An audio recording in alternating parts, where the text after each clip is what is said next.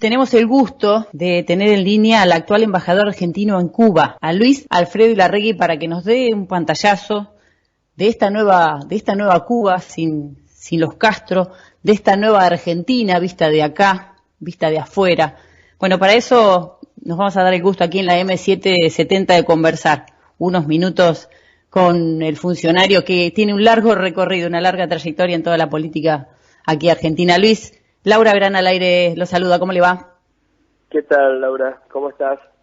Muy bien, un gustazo después de tanto tiempo poder hablar con usted y saber, ¿no? En esta nueva función, yo siempre digo que quien fue intendente, si bien usted ha tenido otros cargos también muy importantes, y ha sido legislador varias veces, también secretario de Asuntos Municipales, quien es intendente puede tener cualquier función en la política, porque conoce todos los vericuetos y todas las necesidades y tiene todas las capacidades de gestión. ¿Cómo es esto de ser embajador en Cuba en este momento de la historia?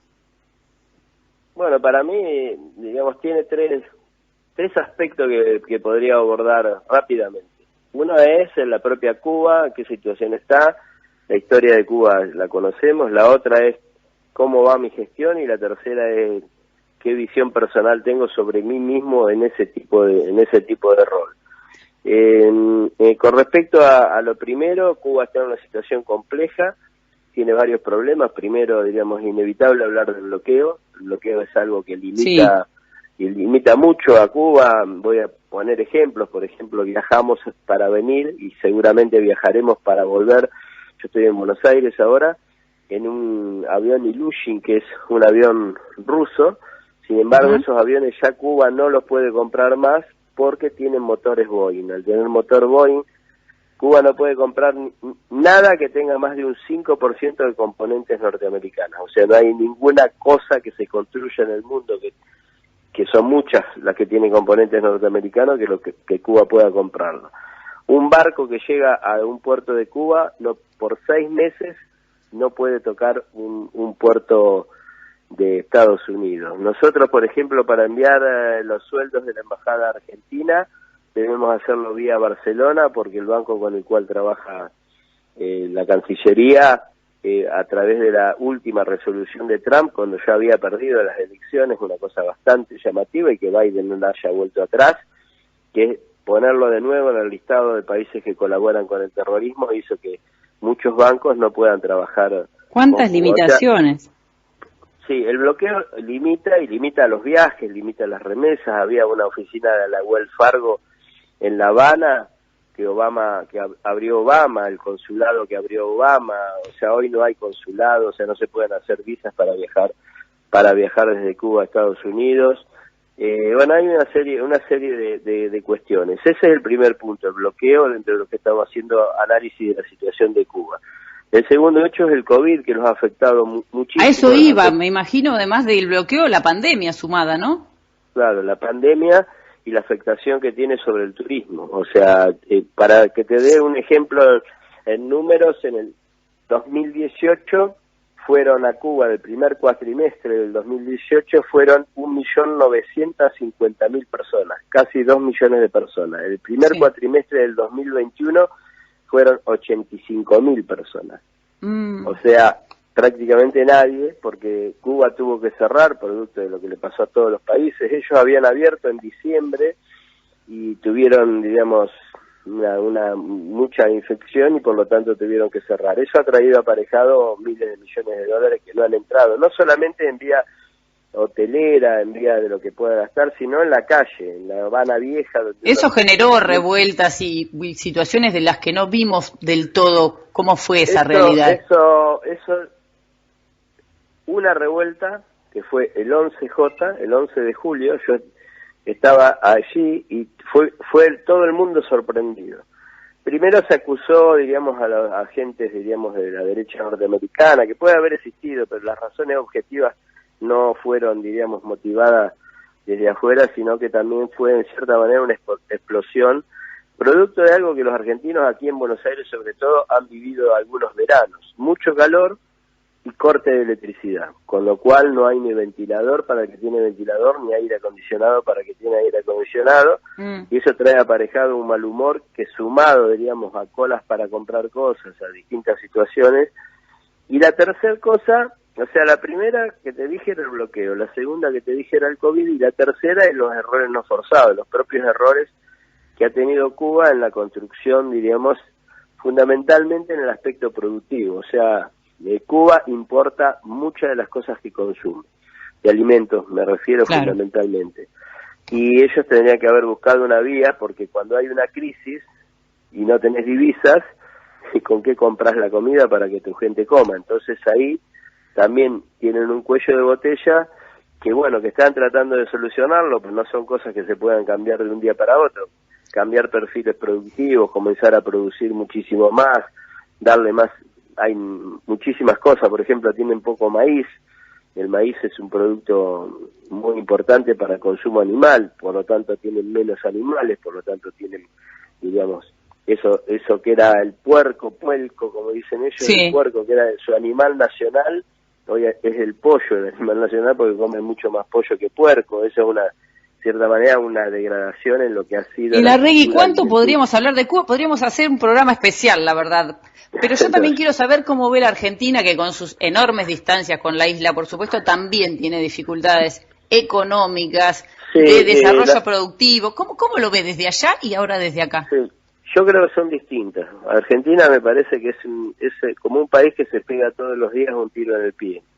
O sea, Argentina no tiene nada que ver. O sea, el nivel de producción de Argentina es inconmensurable, diríamos, tiene industria, tiene agricultura de punta, tiene tecnología, Argentina es un país. ¿Y qué nos pasa entonces? Y no sé, creo que los sectores intervinientes son sectores que se han enamorado de la puja más de que del encuentro. Entonces, esa tensión permanente que se produce tanto en la política, en eso que se denomina grieta, como entre los sectores productivos y el Estado, trae aparejado, digamos, una suma cero, una neutralización de todo lo que es la energía.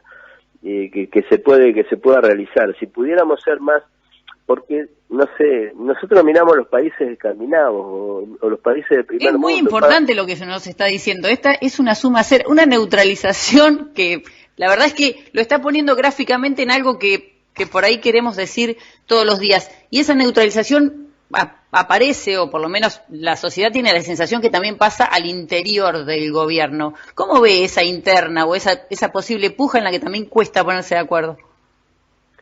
Bueno, todos los gobiernos que son de confluencia y frentes como que se construyó y la forma que se hizo tiene que tener discusión y y puede ser pública sin necesidad por eso de caer sobre eso como que fuera una cosa grave. El problema es cuando esa divergencia, en lugar de solucionarse amigablemente, empieza a ahondar algún tipo de división que crea más desconfianza en sectores que ya de por sí desconfían, con lo cual se va produciendo una profecía autoanunciada que todo termina mal.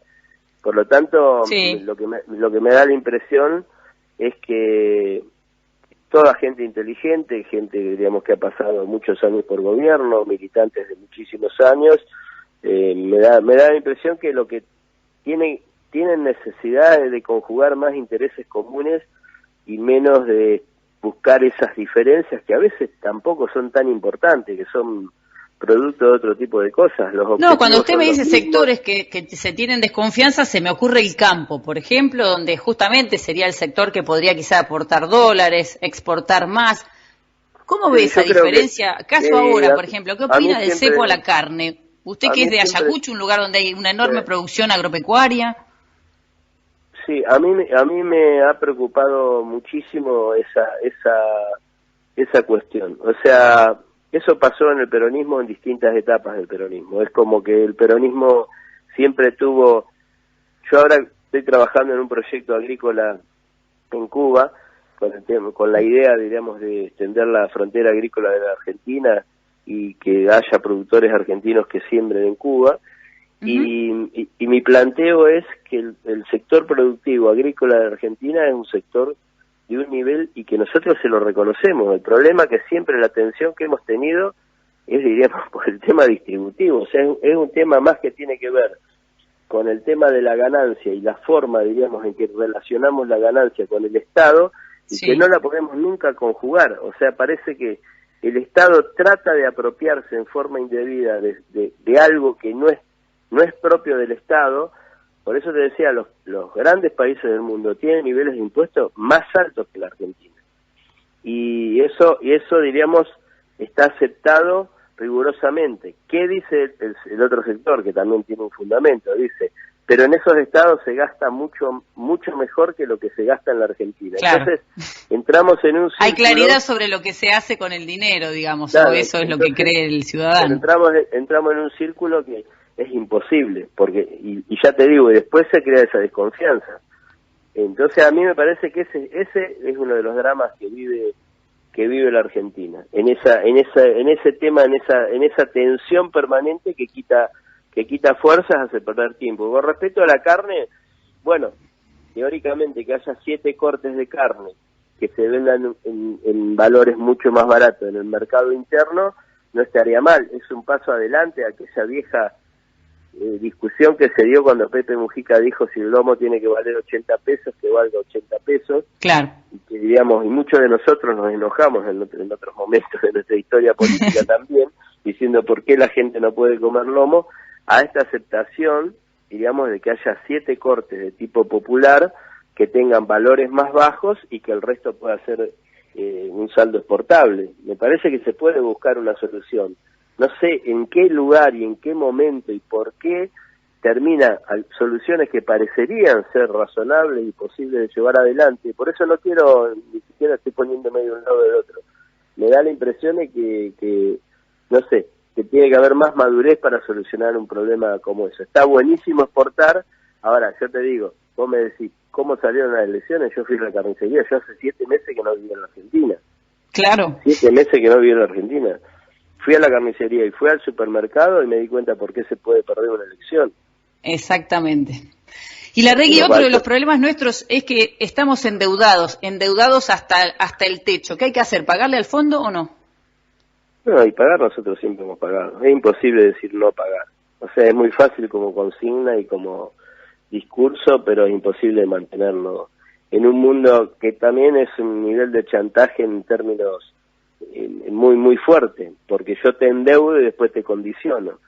Entonces hay un gobierno liberal que endeuda y después esa política liberal se establece en el tiempo, producto que la deuda que creó el gobierno liberal hace, diríamos, que los organismos internacionales que tienen políticas económicas liberales obliguen a los países a cumplir determinados requisitos para pagar una deuda del cual ese gobierno no fue.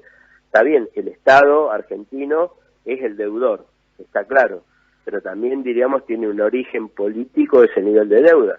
Yo fui diputado nacional cuando se pagó los 18.000 millones de dólares al Fondo Monetario Internacional en aquel diciembre del 2005. Yo había terminado de asumir de diputado nacional y pagamos los 18.000, que hay que recordar que se pagó con Lula, porque no fue una actitud de la Argentina. Néstor y Lula se pusieron de acuerdo. Lula pagó primero, el primero que le pagó al fondo fue Lula, y el segundo después fue Néstor. La última, y Larregui, no le robo más tiempo. Un puntaje para la gestión de Alberto Fernández. Y para mí está 7.50 dentro del COVID. Yo creo que está, muy bien. Está subvaluado Alberto.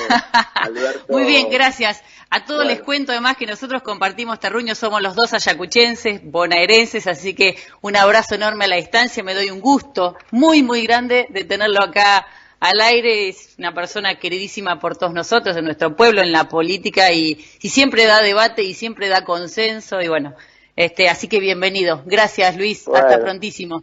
Chao, un abrazo grande, suerte. Bueno, era Luis Alfredo Ilarregui, el embajador argentino